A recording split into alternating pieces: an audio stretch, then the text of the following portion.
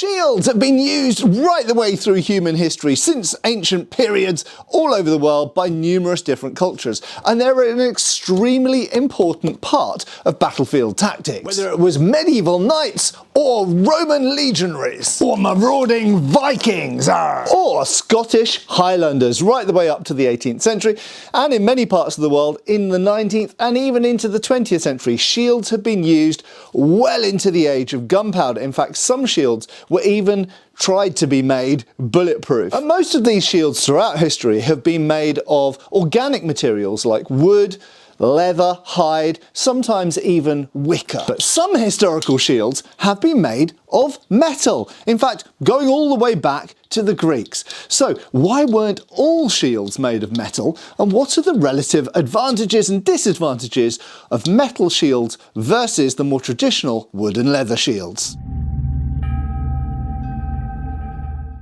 Hi folks, Matt Easton here, Schola Gladiatoria. So we're going to be looking at metal shields contrasted with wooden leather shields. Now obviously throughout history there have been shields made of other materials as well. What often gets overlooked, in fact, is that wicker shields and rattan shields used in places like China or Egypt were actually quite successful and quite useful in their times, and all the way from the sort of ancient world all the way through to the 19th and beginning of the 20th centuries. But most shields that you'll be familiar with are made of wood and leather. But some of them can be made of metal. So the question is, why didn't metallic shields gain more use and popularity? Why weren't they more widely used? And therefore, what possible advantages does that suggest that the humble wood and leather shield has? So the first and probably most important part of answering this question and comparing them is the question of durability and also defense. And they're not actually necessarily always the same thing. Now, the first thing we have to say is that wood and leather shields, like this replica of a Viking era shield, often have metal on them, so clearly they have a metal boss protecting the hand, and we'll come back to that aspect in a minute. Whereas a metallic shield, this is a replica of a Renaissance rotella. Okay, so 16th century style of shield. But there are other types of metallic shields, of course, used. This is a 19th century or 18th or 19th century Indian dal. We also find shields like this used in Persia and other parts of the Middle East. We also find metallic shields, or certainly shields with a metallic covering, all the way back in ancient Greece. So the famous hoplite shield, actually, although it has a wooden structure to it, has a bronze facing on it, or can have a bronze facing on it. I wouldn't necessarily say they all did, but certainly some do, and we have archaeological remains of those.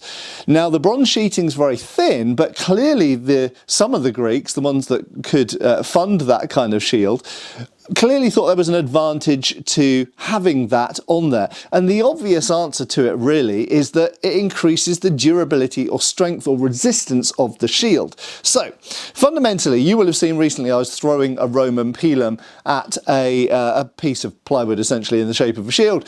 And if we take a replica of a Roman scutum, or indeed a Viking era shield, and throw weapons like the Roman pilum or the angon, or indeed if we shoot arrows at it, you will notice that they tend to stick out the back. Now, conversely, if we throw or shoot projectiles at a piece of steel, for example, and it could be other metal, but a piece of steel, then usually they won't go through those projectiles. So these are, generally speaking, more protective. And we have to conclude that the reason that they were putting bronze coverings on the large hoplite shield used by the hoplites in ancient Greece is to make them probably more resistant to arrows.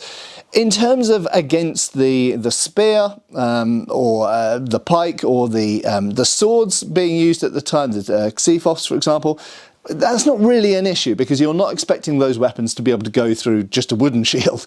So putting a bronze covering on the front probably isn't anything to do with resisting hand weapons. It's probably more to do with resisting arrows. and thrown spears and javelins. Now, of course, as we come forward into the 16th century, gunpowder is now a really important thing.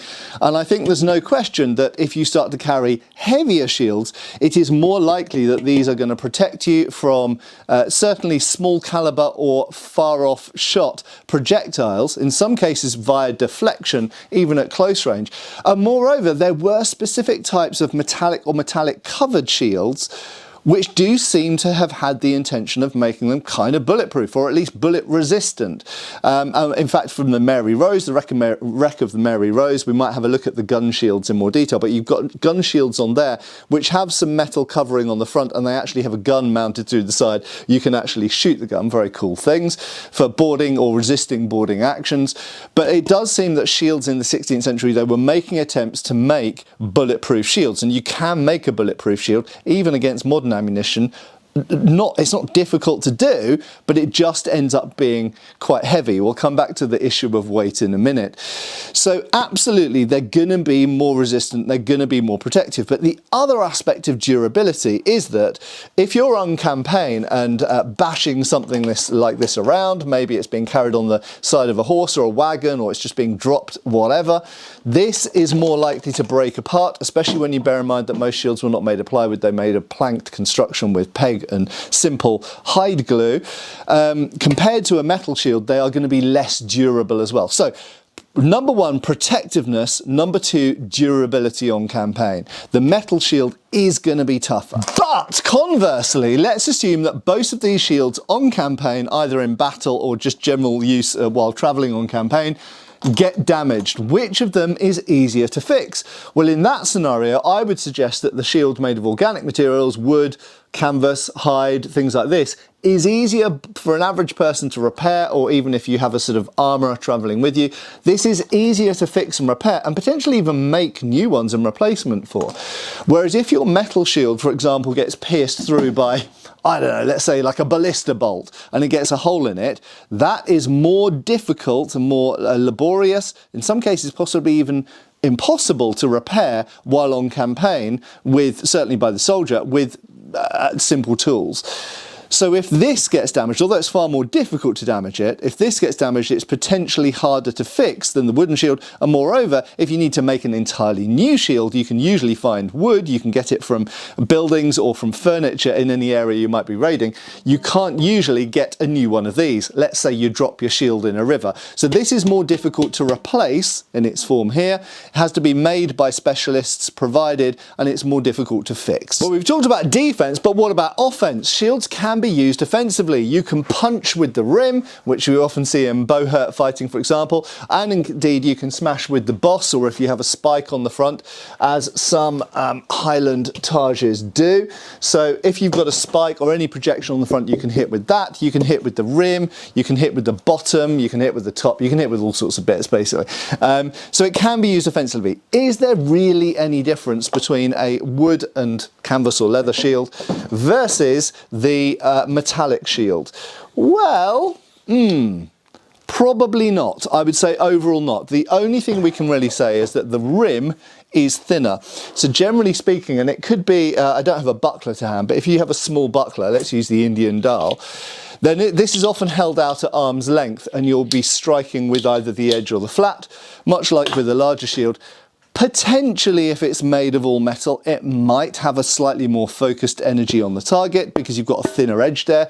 Smash that into a face, a bit like Captain America, that is likely to do a bit more damage perhaps than the rim of a leather covered shield. Possibly, but I don't think it's a major factor. Now, I'm sure some of you will immediately say, wait, the problem with metal shields is they're heavy. Not really. If you weigh a metal rotella versus a wood and leather rotella or any other type of wood and leather shield, they tend to be quite similar weights for their size. Really, what dictates a shield's weight is how big it is. So a large pavis will often, or indeed a Roman scutum, can be quite heavy, whereas a smaller shield tends to be lighter. Now, if we're making, let's just say, an exact replica of this shield, but in wood and leather, and many of these rotellas were made of wood and leather, in fact, more of them were made of wood and leather than steel. If we make a replica of it, the big difference is the wood and leather one will be much thicker. So while wood for a given volume is lighter than steel. The thing is, when you've got a steel shield, you don't have to make it as thick. So in terms of resistance, because this is so much stronger and therefore we can make it thinner, this ends up about the same weight as a wood and leather shield. So overall, weight between the two is not really a big difference. Although we have to caveat that with saying that this is relative to shields which are relatively small like this. If we tried to make a Roman scutum out of steel, the problem of having to make it so big is that you'd have to make it quite thin to not be unwieldably heavy. And then it would be quite flimsy because it would bend really easily. So if you literally made a Roman scutum in thin sheet iron that weighed the same as a Roman scutum, it would probably be too bendy and flexible to use.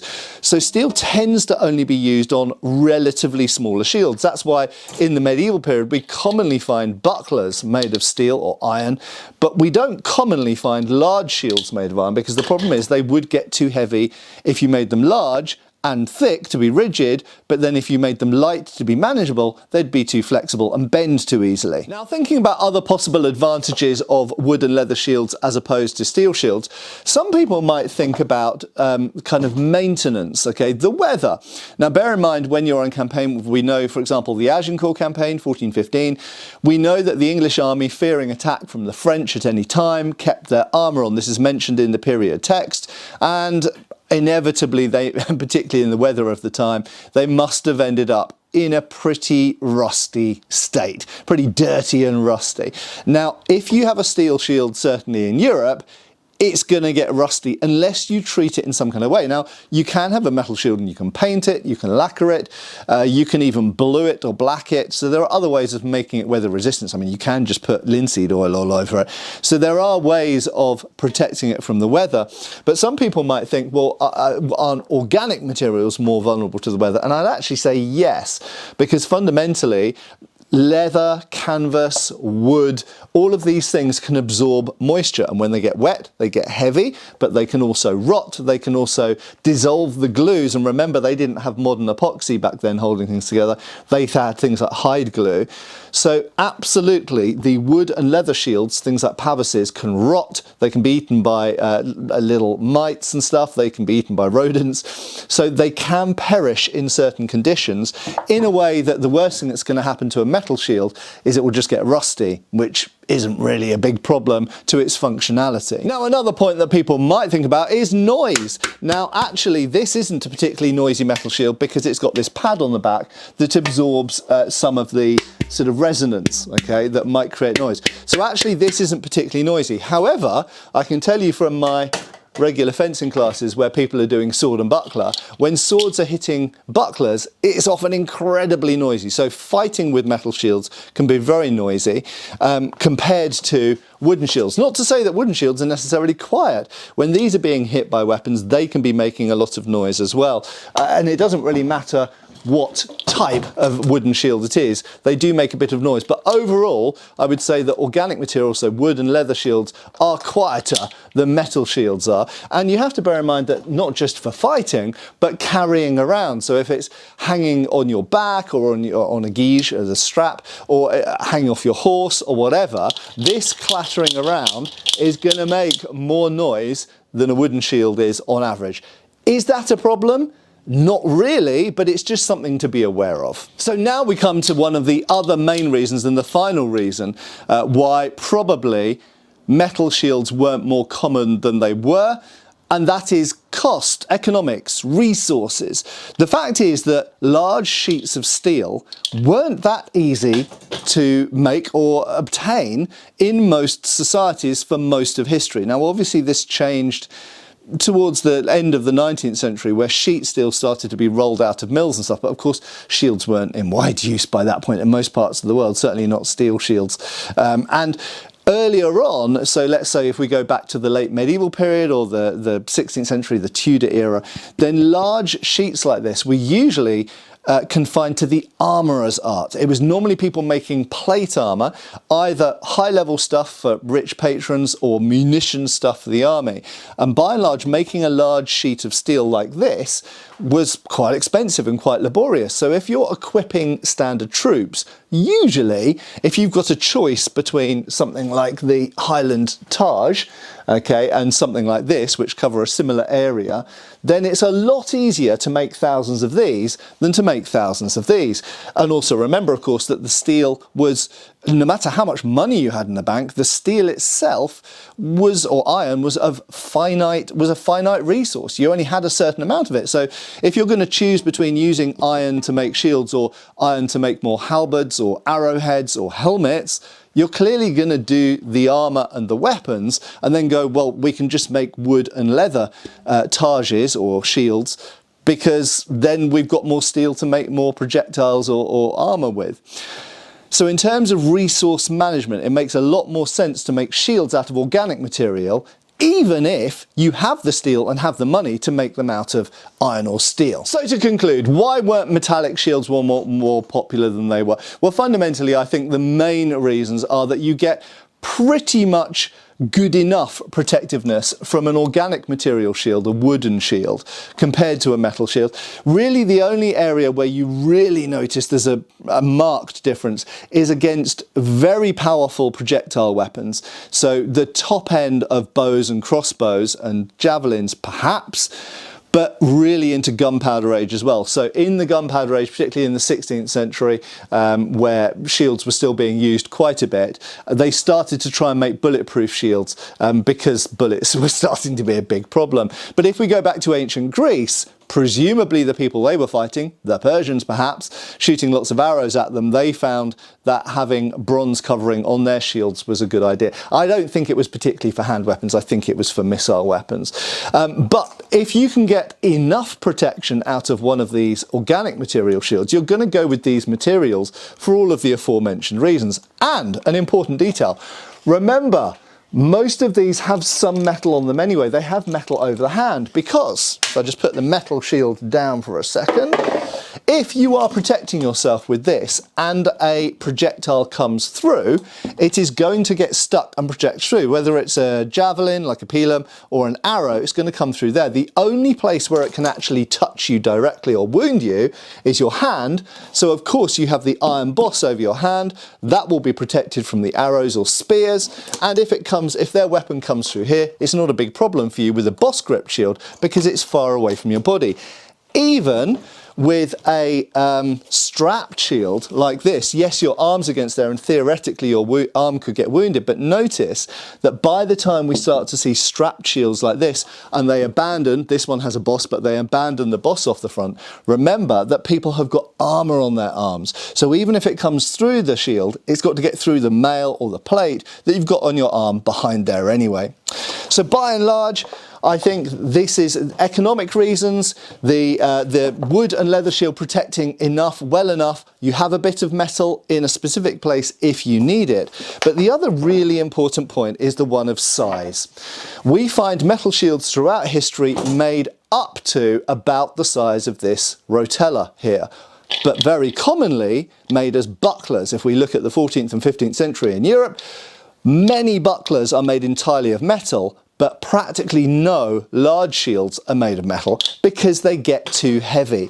To make them thick enough to be resistant and not kind of bendy, they get too heavy. Okay, so weight is a factor, and if you want to make any kind of larger shield, a way to have it thick enough and resistant enough, but also large enough that you can still use it, you can't really be using metal. And the only exception is against bullets, because people were struggling to deal with making things bulletproof. So in some cases you might get siege shields or ship shields, specifically bulletproof shields, which are both metal and large-ish and thickish, but they are not general purpose shields. The metal shields there are really down to the smaller shields, the bucklers and the dals and things like this.